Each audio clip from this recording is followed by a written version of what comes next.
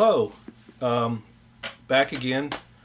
I just wanted to let you know that I have to tell everybody at my home, this is my studio at home, to keep quiet while I record these messages. And so if you hear a giggle or a dog bark, or maybe you've heard the sirens go by, I apologize for that. It's just the real world intruding on our little video world here. But we've been talking a lot about medieval music, and of course moving on into the Renaissance. And we're going to talk about listening guide number 46, Benedictus S. And this is a chant on page 195.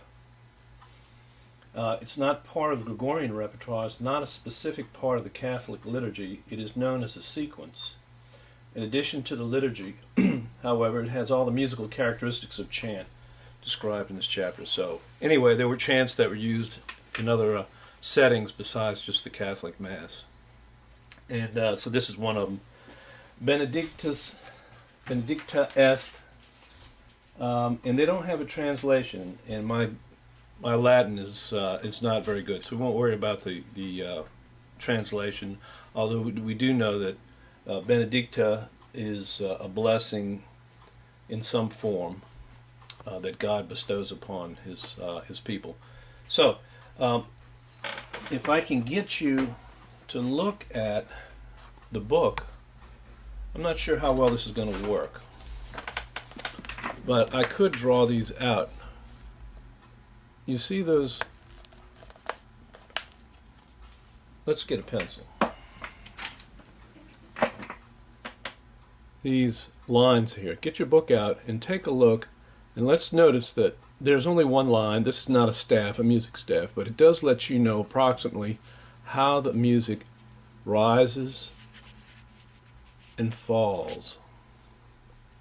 And there's three phrases here, musical phrases. Of course, they take a breath between each one, A, B, and C. So this is the structure of the chant, and this is kind of going to give you a good idea of some of the goals that we have, which would be, first of all, recognize the monophonic texture. Monophony, a flexible rhythm with no sense of meter, so you don't feel a beat, even a slow beat. You don't feel any type of beat. You feel the music non-metrically, free-flowing, written according to the text. The music is based on the sound of the words. Also, essential stepwise melodic contour. The contour is the shape of the melody.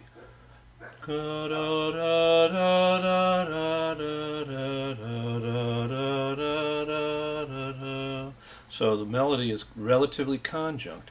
If you have another melody, somewhere over the rainbow, you can see that that one is rather disjunct. So conjunct would be smooth, and most chant is going to be conjunct. Okay, so let's listen to it again. We're going to hear step by. Oh wait, also describe the syllabic setting evident in this example. Look over on our trusty old erase board here, and you'll see syllabic is one note per syllable.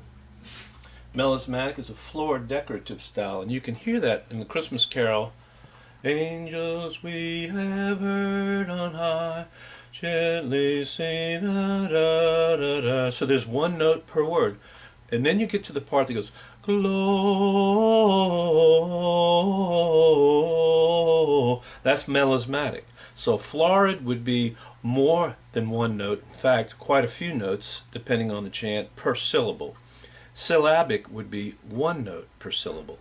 And that's what we're going to hear here. Syllabic setting evident in this example. And this is part of your listening guide. I believe that you do have one more earlier you're responsible for. Everybody should be downloading the listening guide list for part 4, listening to Western classical music. So I still have quite a bit of time. Yeah, that would be on page 189, the antiphon for Easter Sunday and Praise of Mary. But this one, Benedicta S, is on page 195, and we're going to hear 6 verses. They're all in pairs. I don't know if we're going to actually listen to all 6 verses, but you can see in your book on page 196 the structure of the chant. The first verse, A, B, C. The second verse is the same, A, B, C. The third verse is contrasting, D, B, C. And then the fourth, D, B, C. And then contrasting further, E, E, B, C, E, E, B, C. So it looks like the structure changes in that there's an additional, there's a fourth line in the fifth and sixth verse.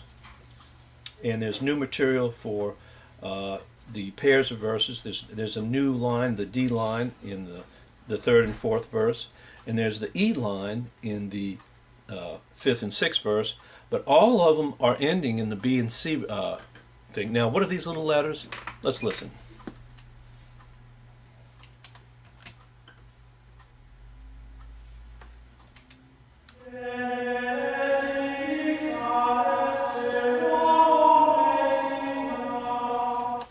That was A. Benedictus and it ends on the same note it starts. Then you'll hear, that's the A. We call it little a.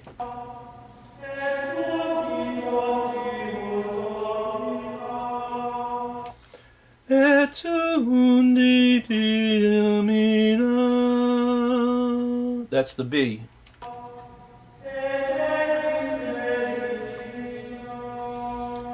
Et agris Domina.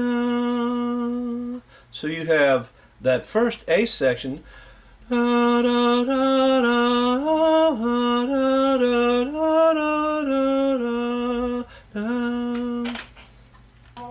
Listen again. Second verse.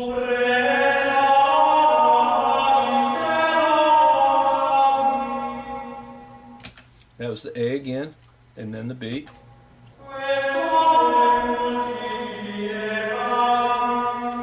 Now the B section sounds like it's a direct opposite. The A section rises, and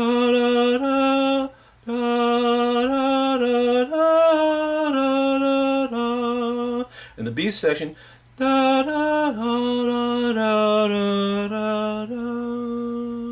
and then the C,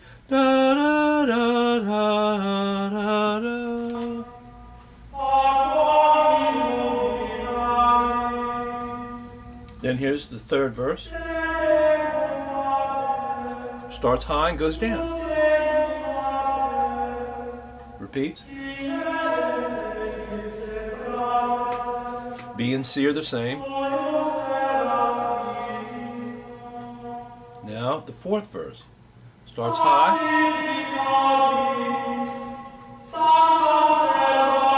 Falling. Then the B and the C. Now we're on the fifth verse. Quiet down a little bit.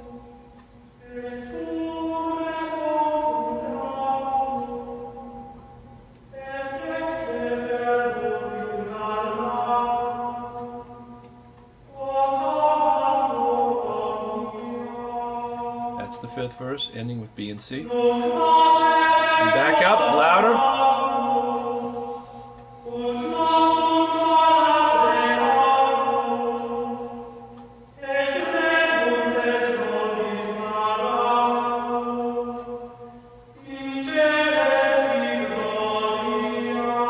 And then the amen is going to be melismatic.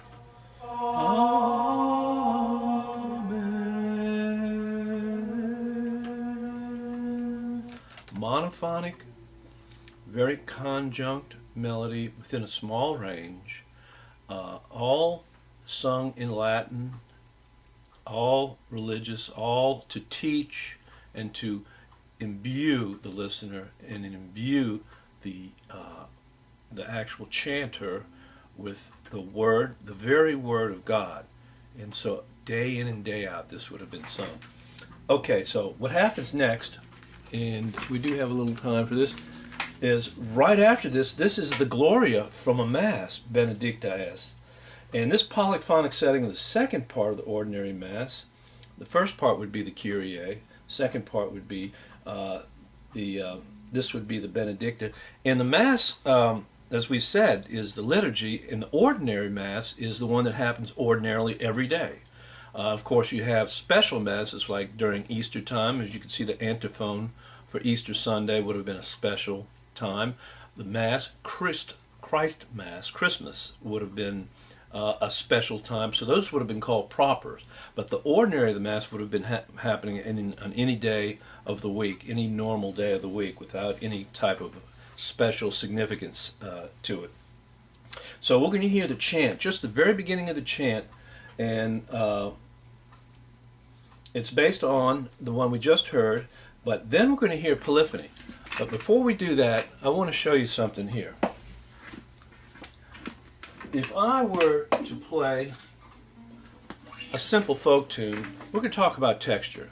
Faire Jacques, faire. Let's do it in the right key. Faire Jacques,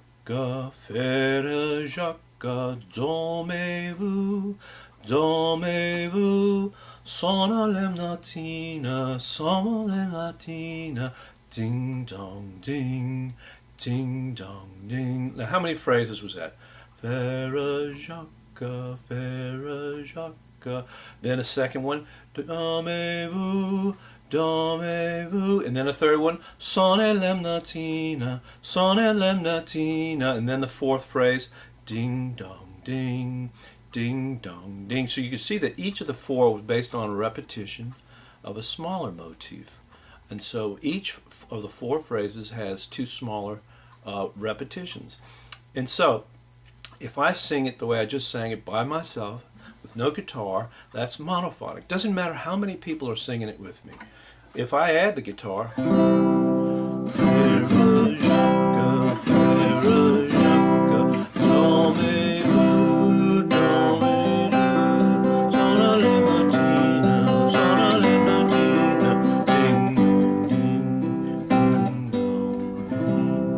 that's homophonic. I'm singing the melody without any harmony. I'm singing the melody, but I have an accompaniment. I have something else going on, and that's more typical of pop music. It's more typical of jazz and of hymns. Amazing grace, how sweet the sound. Now, let's hear it polyphonically. I have this little demonstration here. Let's take a look. See if you can see this. And we've got very little time left, so I've got to kind of hurry here. Can you see that? Here you have the melody.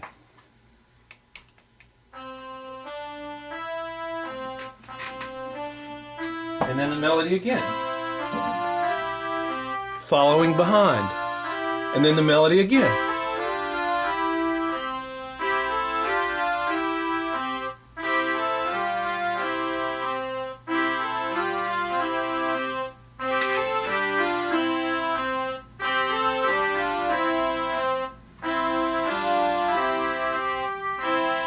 I slowed down here. I probably should have kept it going.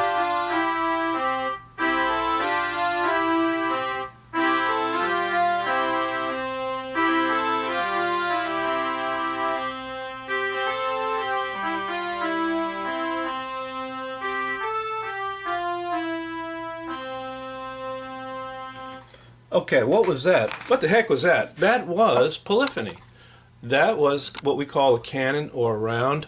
And a canon would be one person singing a melody, the second person coming in behind, following along with the same melody. So by the time the first person gets to the dormez-vous, which is the second part of the melody, remember we said there were four parts. The time the first singer gets to the second part, the second singer is going to sing the first part, and it overlaps and creates, guess what? It creates harmony. Listen again.